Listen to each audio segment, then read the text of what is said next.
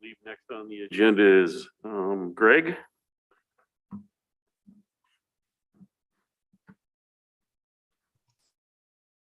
Office of Financial Management. Yeah. Is he on? Good morning, Mr. Chairman. Good morning, Mr. Chairman, members of council. Morning, Greg. Thank you.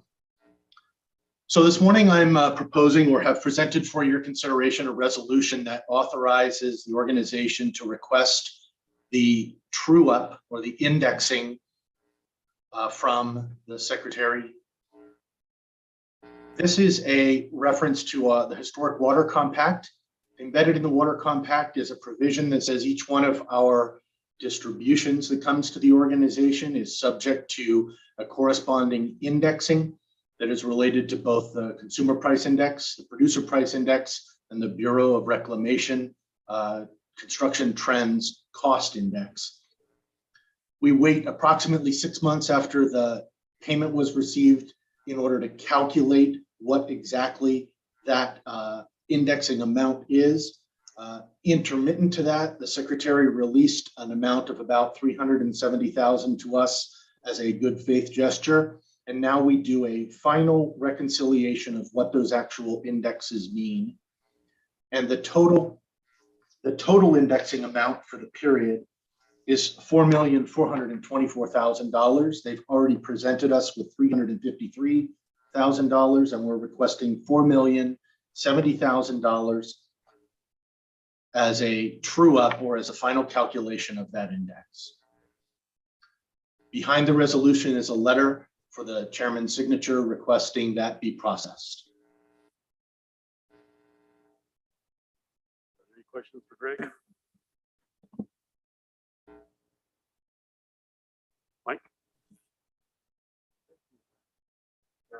Greg, that money will be split between the two accounts, is that right? That's correct. In this instance, the money will be received by the trust and split between the compact account and the deferred implementation account. That's correct. In this instance alone. And this indexing will happen with all the other 8 payments that we receive every year? More specifically, it will happen with the second payment, which we've already received. We're waiting to make the indexing calculation. It will happen with all of the mandatory distribution payments. We are expecting 8 more, and there will be an indexing calculation on any of the discretionary funding that we received. And it is all measured back to the December 27th enactment date. Thank you. Good question. Thank you. Martin? Thank you, Mr. Chair. Greg, I would make the motion to approve the resolution for the true up indexing from 2021 and the joining letter. Thank you. Motion by Martin to approve the resolution. Second by Mike. All those in favor? Unanimous. Thank you, Greg. Thank you, council. Thank you, chairman. Greg, while you're here, I just wanted to thank your staff for all the work they did on the W-2s. From what I understand, the online, the people that requested the online ones be sent to them should be distributed, and it sounds like the other ones were sent out as of yesterday. So if people have questions, maybe give it a few days. They are on their way. So Greg, thank you, and extend that thank you to all your staff. Thank you for acknowledging it. We appreciate it very much.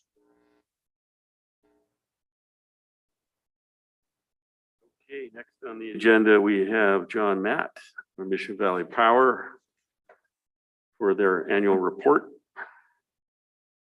Good morning, members of the council. Thank you very much for this opportunity for Mission Valley Power to present its annual report. We are about a month behind in the annual report. It took a little bit to get in, but this is our fiscal year 2021 annual report, and it highlights on our accomplishments in 2021. I was wondering if, Martin, you could share the screen.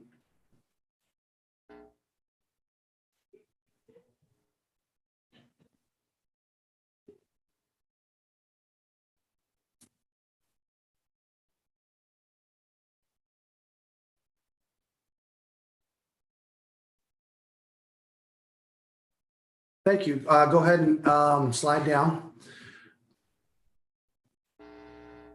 Thank you very much. This is the first page of the annual report. This is a requirement of the 93-638 contract that we're still currently under in Article 5, Section D meetings. It's a meeting to the contractor to inform the contractor, which is the council, of the current updates in MVP. Next slide, please.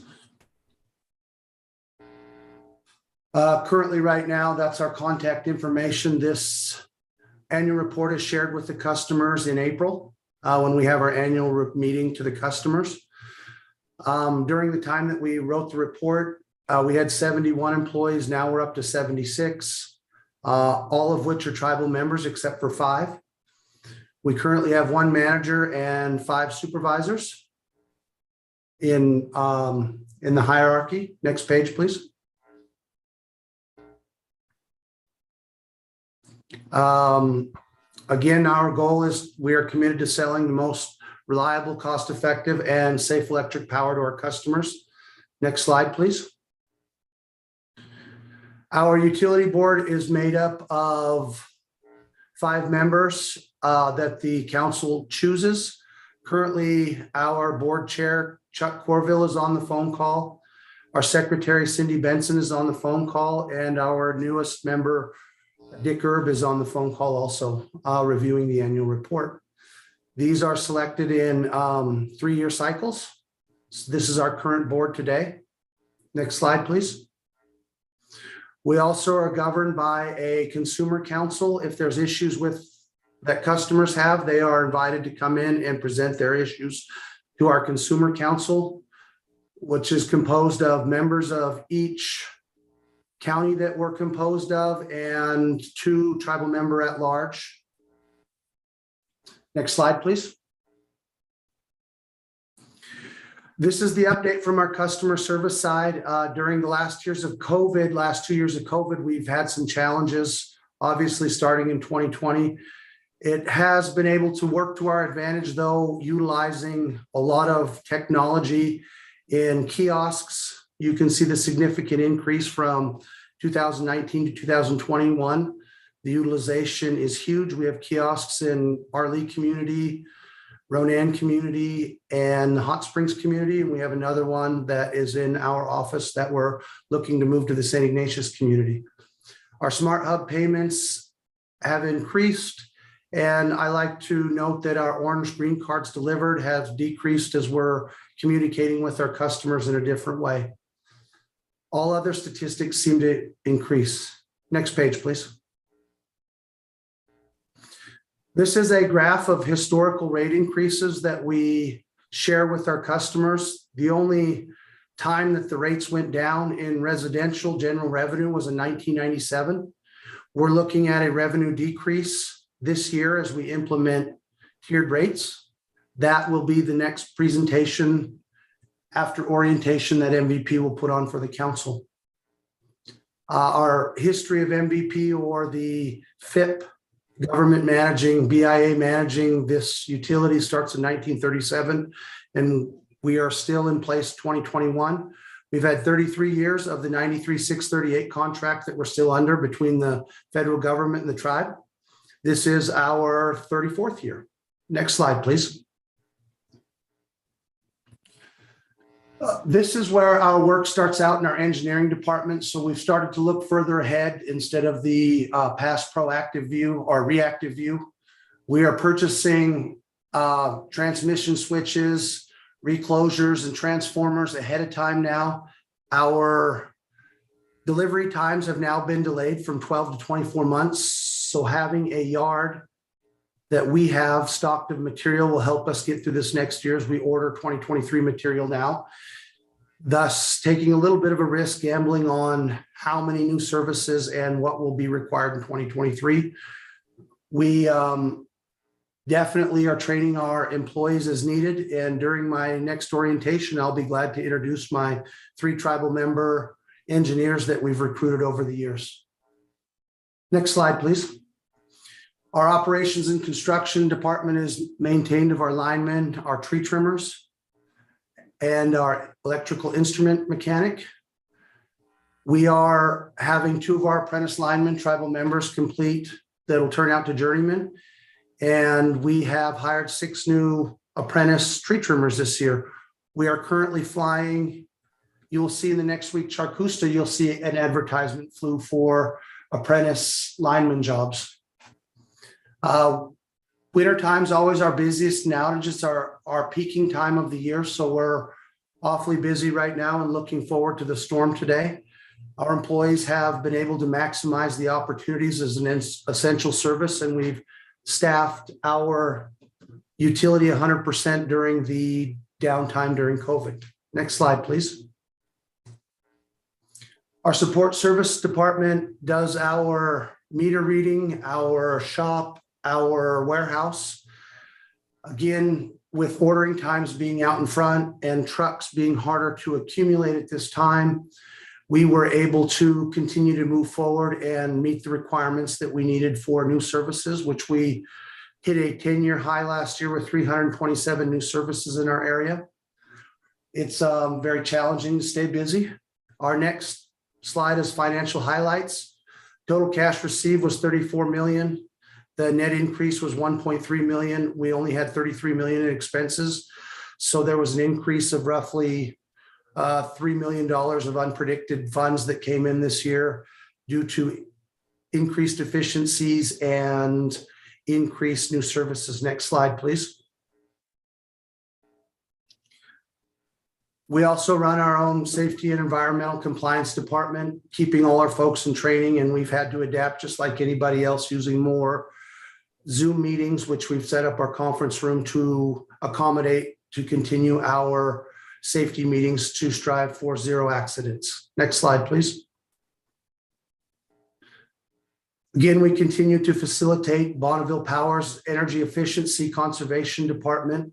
And this slide represents all the different energy conservation rebates that we have that are on our website, www.missionvalleypower.org. The ways to accomplish those are outlined on the website. Next slide, please. This is a breakdown of our revenue. As we can see, the giant orange slice becomes residential. We're 70% residential on the reservation. Irrigation makes up a small portion of our power needs. And then the revenue per rate class, again, is dominated by the residential, which we're primarily made of. We lost big business such as Plum Creek and have not replaced that 24-hour, 7 days a week load to this day yet, and they closed in 2009. One other highlight here is we replaced all the area lights in our service area to LEDs, which not only decreased the amount of the area light cost, it also brightened up our dark areas a little bit more. So we're very happy to continue to contribute to our communities. Next slide, please. That is the end of my presentation for our annual report. I am available for questions. Thank you. Thank you, John. I actually have a couple questions for you. It looks like in your table for the pass-through and rate increases, that you haven't had an adjustment, like a revenue rate increase since 2011.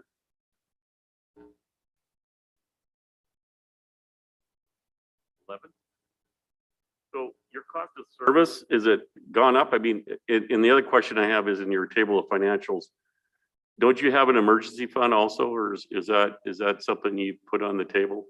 And what is that? Something that we disclose on the table. It's a discrete line item that's outlined in 93-638 that we have. This is the first year that we've satisfied that with a $4.5 million reserve fund that is held locally here in case of emergencies. That would be ice storms, catastrophic outages, that we could not only utilize a contractor, but we could also pay our folks overtime. 4.5 million is a small drop in the bucket. It also depends on the size of this storm. The second part of the first question, Chairman McDonald, we had a rate increase that was outlined when I first got here in 2015 from the prior manager that outlined $1.15, $1.17, and $2.19 that increased the basic. Those were a prediction into the future of what we may need. It is very true that our last cost of service was done in 2011. And this is the first year, 10 years that we've did another one. And we found that our costs have increased exponentially. Looking at a snapshot of it, looking at material last year, in some places it quadrupled. So we are looking at, we've held community meetings so far on rate increases. We've been able to look at the residential and put in tiers. So our lowest tier would be at 6 cents. That would be 0 to 1,000 hours. 1,000 to 2,000 would be our normal rate. And then above 2,000 hours would be at 8.8 cents, which is a tier for overusers. And we're seeing more folks in our area that are staying for the winter season. So we're looking to capture some of that. Increasing our basic allows us to make it more predictable. Right now, our revenues are contingent based on weather. And so far, we're not very good at predicting weather.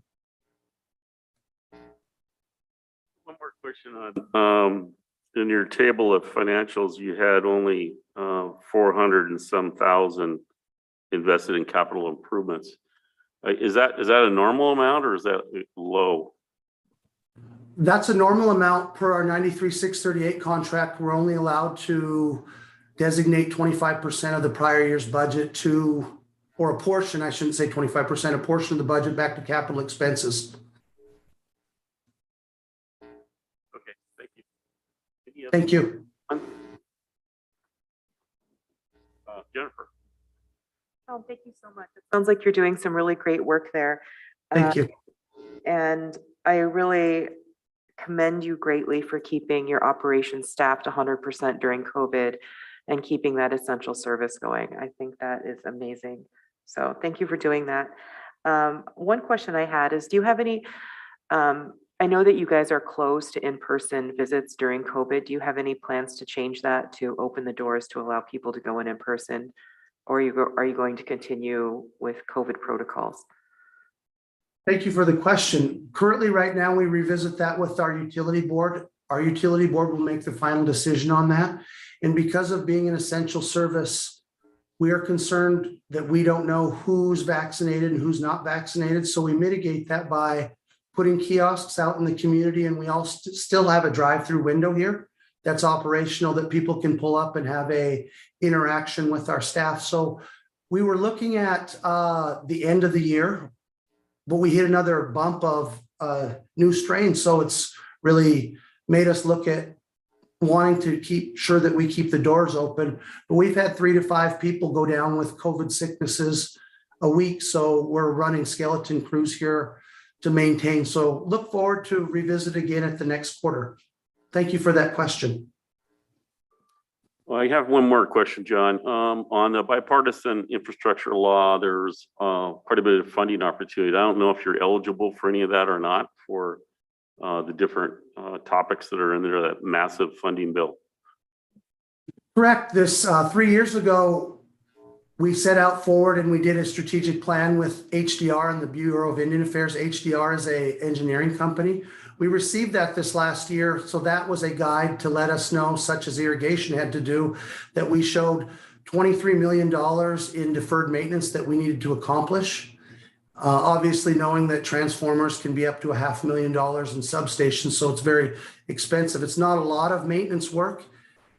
But to your point is since we outlined our deficiencies in our system, BIA helped us move forward, and we would be eligible for $1 million if the infrastructure bills completes passing. First time ever we've gotten money from the federal government if it happens. Oh, thank you, John. Any other questions for John? A motion to accept John's report. Motion by Anita. By Ellie. All in favor? Unanimous. Thank you, John. Thank you very much and have a safe day. Stay warm tonight. We'll keep the power on. Hey, we're counting on you, buddy. So am I. Take care. I think we're going to have to take a quick 5-minute break and then we'll come back in for Mark.